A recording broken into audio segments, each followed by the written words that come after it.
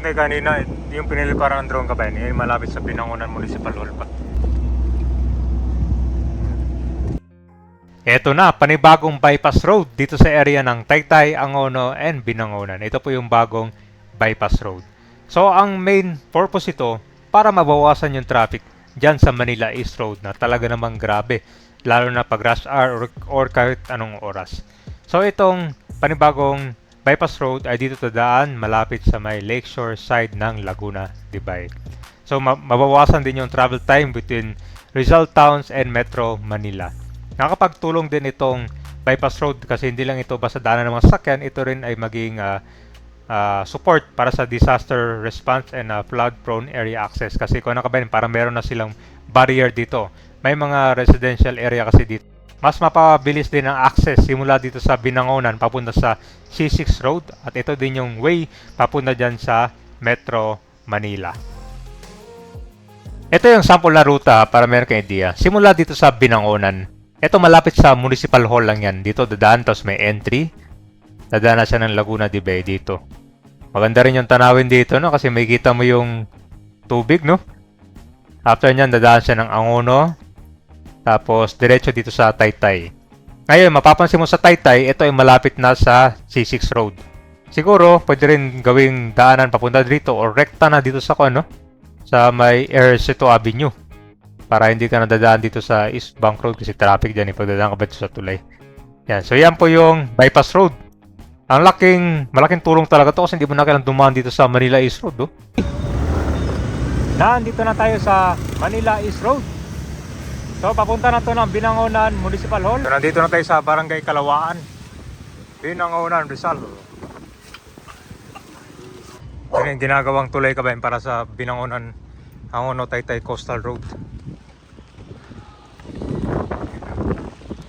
So meron palang kwan dito. River. Sunday pa lang mga kabayan dito malapit. Yan, nabubuhos sila ngayon. So ang kwan dito, meron na rin silang pananggal dito kapag nagkaroon ng bagyo. Kita mo yun, no? Meron na silang dike. Dati kasi ito sila dito pag may bagyo. Ito yung unang mga bahay na tinatamaan kaya kung din, sila din yung una dinadala sa evacuation center.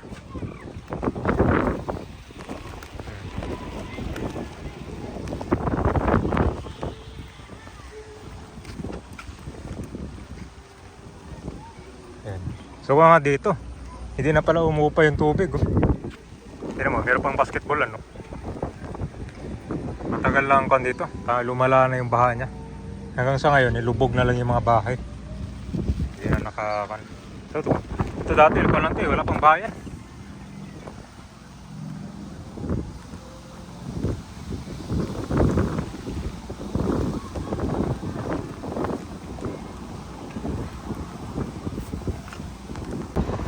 Ito na yung kan guys, meron ng tulay. Ito kasi hindi siya madidiretso ng kalsada to kasi pan pala to, labasan ng tubig. May nagawa na rin palang dike dito.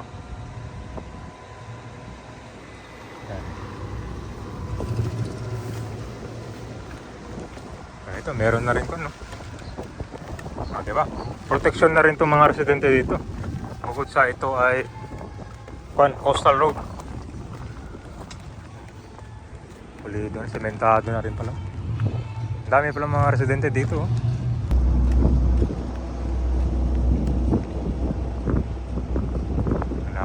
Guys, oh. Doon tayo kanina, yung pinili parang drone ka ba yun? Yung malapit sa Binangonan Municipal Hall pa.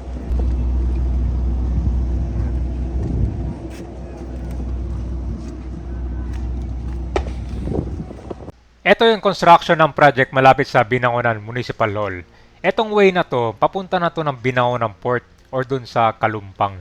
So meron ba siyang extension? Kasi pagkakalam ko, parang dito lang magsisimula. Malapit sa Binangonan Municipal Hall. Pero ito pala, meron na siyang ginagawa ding kalsada. So, itigyan niya ito yung pinaka-downtown ng Binangonan, no? So, itong Taytay Angono Binangonan Bypass Road is a bagong arterial road along dito sa lakeshore side of Laguna Divide na makapagbigay ng alternatibong route para ma-decongest yung Manila East Road. Yan. So, lalo na din sa mga town centers, no, ng Binangonan, Angono at saka Taytay.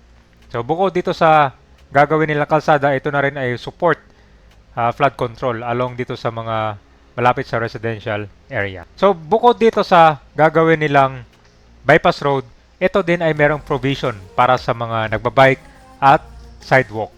Yan, tama po yan. Maganda to kasi hindi lang mga sasakyan makakadaan dito, pati na rin yung mga may dalang bike.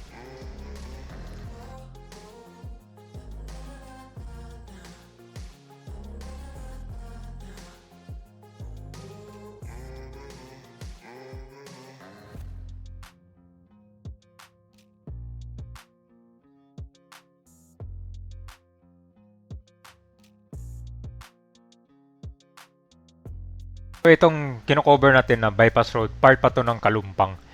Doon naman sa kabila yung Kalawaan, pakita ko rin sa inyo yung construction na update na. Yan. So mapapansin mo dito along sa bypass road, marami pala mga residential area, no? At ito na po yung Manila East Road. Kita mo yan, dito papasok itong mga sasakyan, papasok sa bypass road dito. Dito yung pinaka-entrance yung.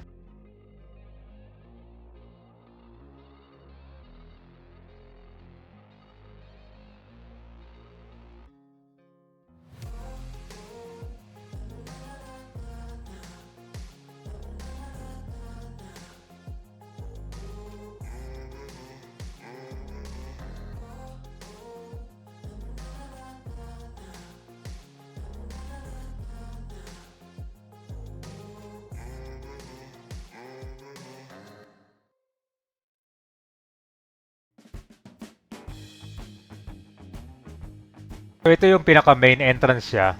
Yan lang po yung binangaw ng municipal law. So mga ilang meters lang dito. Siguro lalawakin pa tong kalsada. Kaya siguro itong mga 3 to 4 lanes, no? Para marami masakyan, no? Ito po yung Manila East Road ngayon. Ngayon hindi pa rush hour pero pagdating ng 5 PM onwards, grabe ang traffic dyan, no?